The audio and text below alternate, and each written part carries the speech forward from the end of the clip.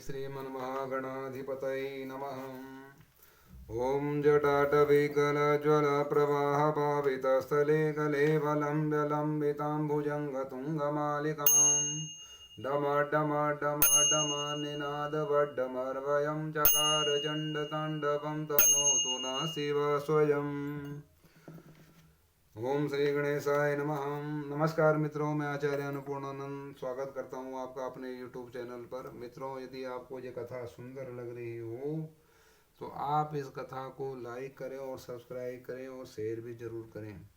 तो जैसे मित्रों, कल आपको जो है माघ मास महात्म्य में जो है वेदद्युति का बनाया हुआ स्तोत्र जो है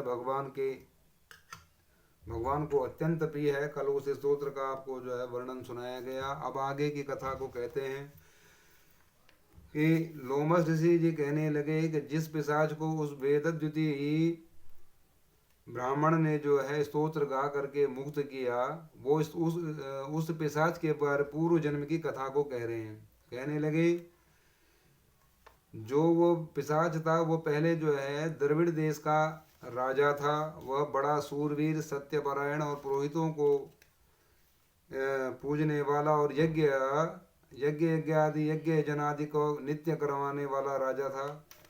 और वो जो है दक्षिण भारत की तरफ उसका जो है राज्य था और उसके कोष में इतना धन भरा पड़ा था जिसकी कोई सीमा नहीं है। उसके बहुत से हाथी घोड़े रथ थे और अत्यंत शोभा को प्राप्त होता था उसका राज्य। और अनेक यज्ञ उसने किए। वह नित्य अतिथियों का स्वागत सत्कार किया करता था और वेद विद्या में पारंगत था, शास्त्र विद्या में निपुण था और ब्रह्म विद्या भी जानता था।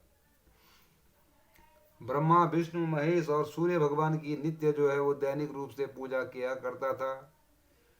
और एक बार वो दुर्भाग्य से जो है किन्हीं पाखंडियों के संपर्क में आ गया और पाखंडियों के साथ में जो है वार्तालाप करने लगा। इसीलिए मित्रों, शास्त्र में कहा गया है कि जो व्यक्ति आपको पसंद नहीं, जो आपको लगता है कि ये वेद विहीन है और पाखंड निरतः पाखंड में जो है इसकी मति है, उनसे हमको सबको ही दूर रहना चाहिए। क्योंकि धर्म एक ऐसी चीज है, इसमें आडंबर, इसकी बातों को तोड़ मरोड़ करके आपके सामने प्रस्तुत किया जाना ही धर्म में पाखंड का रूप ले लिया है।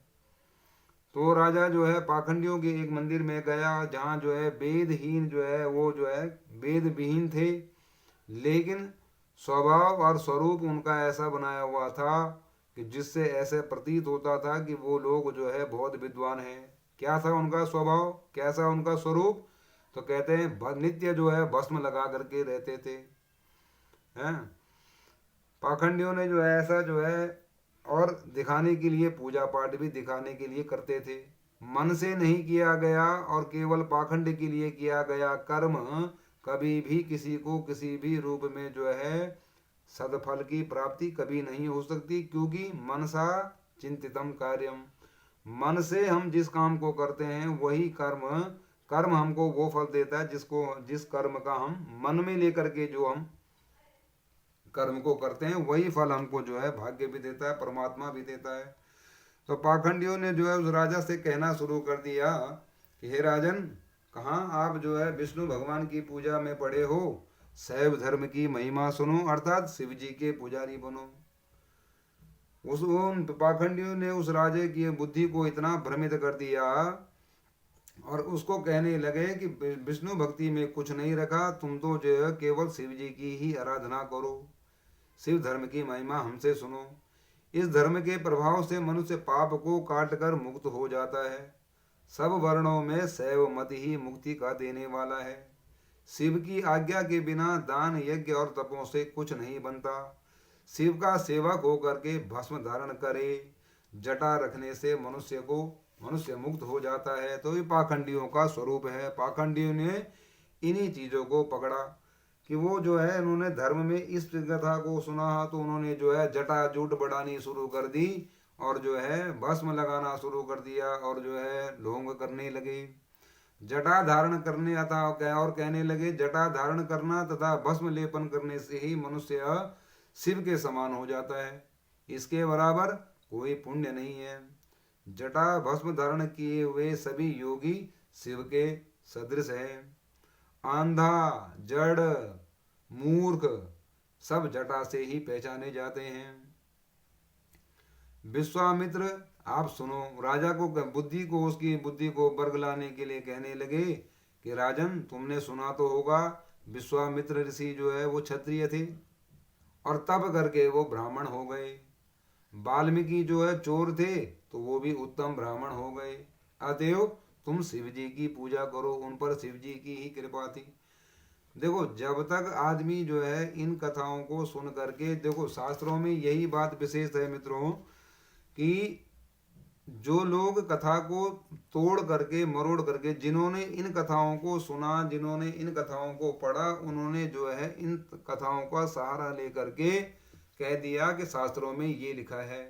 शास्त्र, अब लिखी भी बात शास्त्र में है। मैं भी आपको जो ये कथा सुना रहा हूँ ये पद्म पुराण से सुना रहा हूँ। अब कोई इस कथा को आपको सुनाए और आपको कह दे कि इसमें ऐसा लिखा है, पद्म पुराण में लिखा है कि शिव जी की पूजा करो और विष्णु भगवान की पूजा मत करो, तो ये ऐसा इसलिए नहीं लिखा है कि वो शिव जी की महिमा को बता रहा है, वो आपको जो है भ्रमित कर रहा है।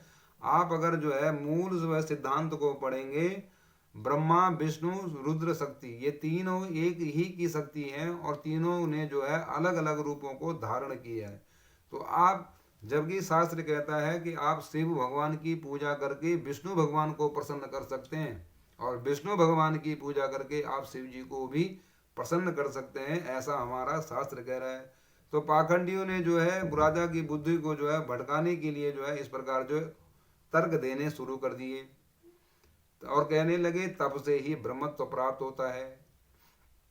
और जबकि हमारे यहाँ शास्त्र में लिखा है कि धर्म से, आप जिस धर्म में पैदा होते हो धर्म आपके लिए, वही धर्म आपके लिए श्रेयस्कर है जिस धर्म में भगवान ने आपको भेजा है। धर्म आपका अपना है और कर्म आप यह लौकिक करते हो, मतलब इस संसार में कर्म करते हो, तो आपकी पहचान धर्म से कम और कर्म से ज्यादा है। तो कर्म जैसा करेगा वैसा उसका धर्म हो जाएगा, चाहे वो किसी भी जाति का हो। तो तब वो कहने लगे, इस कारण शिव भगवान का दर्शन उत्तम है और शिव के सिवाय दूसरे किसी देवता की पूजा ना करें, ऐसा जो है राजा को कहने लगे। शिव तपस्वी है, अब विष्णु भगवान का आप त्याग करो, ना ही विष्णु की मूर्ति का पूजन करना चाहिए। विष्णु के दर्शन से शिव को क्रोध उत्पन्न होता है। बताओ, ऐसे जो है शास्त्रों में जो है ये दी हुई कथाएं हैं और इन कथाओं का तोड़, कितनी सुंदर कथा है। अगर आप इसको भावनात्मक रूप से समझे और शब्दात्मक रूप से भी अगर आप समझे देखेंगे तो आपको समझ में आएगा कि कथा क्या कहना चाह रही है। फिर कहने लगे, शिव के द्रोह से जो है रौरावादी नरक मिलते हैं और इसलिए भवसागर से पार होने के लिए विष्णु भगवान का नाम लेना चाहिए। शिव भक्त निशंक होकर के जो शिव से प्रेम करता है वह कैलाश में वास करता है, इसमें कुछ संदेह नहीं। इस धर्म के पालन करने वालों का कभी नाम नाश नहीं होता।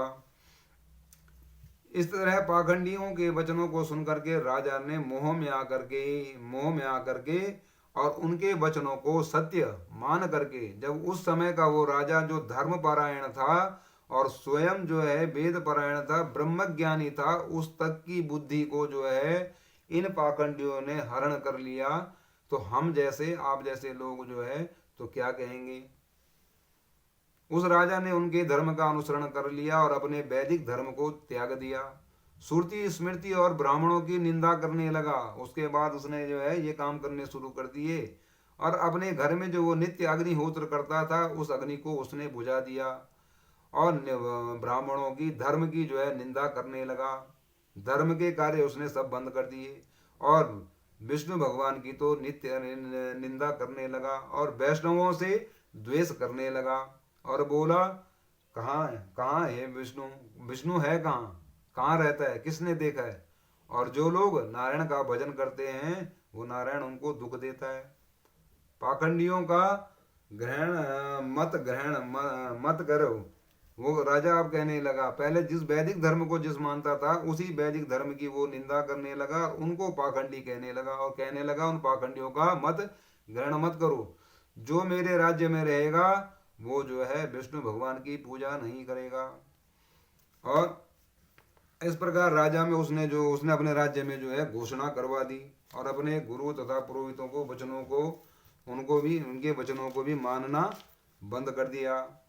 पाखंडियों पर विश्वास करता हुआ उसका पाखंडियों पर विश्वास करता हुआ उसने जो है गांव से सभी जो उसके जो अनुयायी थे, जो उसके राज्य में रहते थे, जो पहले सदा जो है वैदिक धर्म का पालन करते थे, वो सब उसके राज्य को छोड़ करके अन्य कहीं चले गए।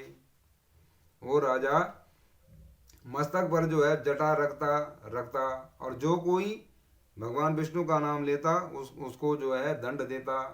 और उसने पूरे नजर में ढिंढोरा पिटवा दिया, जो कोई विष्णु भगवान की पूजा करे उसे मैं जो अपने राज्य से पुनः निकाल दूंगा। उसके डर से ब्राह्मणों और जो वैष्णव थे उन्होंने उसके राज्य को छोड़ दिया और दूसरे देश में चले गए। सारे देशवासी जो है केवल नदी के जल को पी करके रहने लगे, जंगल में जाके रहने लगे वो लोग, और जीविका से दुखी होकर के वृक्ष आदि कहीं कहीं नहीं लगाते और न ही खेती करते थे। प्रजा अन्न के अभाव से जो है प्रजा जो है इस स्थिति पे पहुंच गई कि सड़ा गला अन्न खाने लगी। आचार विचार अग्नि क्रिया सबको छोड़कर काल रूप की तरह वह राजा शासन करने लगा। कुछ काल पश्चात उस राजा की मृत्यु हो गई और वैदिक रीति से जब उस खुद मानता नहीं था तो उसका जो है किसी ने वैदिक रीति से भी उसकी ऊर्ध्व दैहिक जो है क्रिया नहीं की और उसे यमदूतों से पकड़ करके ले गए और यमदूतों से अनेक प्रकार के दुख उठाते हुए कहीं लोहे की कीलों पर से चलना, कहीं जो है जलते अंगारों पर जलना पड़ा। और जहाँ सूर्य अति तीव्र था और ना कोई जब छायादार वृक्ष थे, कहीं लोहे के डंडे से पीटा गया, कहीं बड़े बड़े दांतों वाले भेड़ियों और कुत्तों से काटा गया। इस प्रकार जो है वह अपने पाप कर्म पर दुखी हो करके अपने आप से ही उसको ग्लानि होने लगी और वह इस प्रकार जो है भगवान से प्रार्थना करने लगा।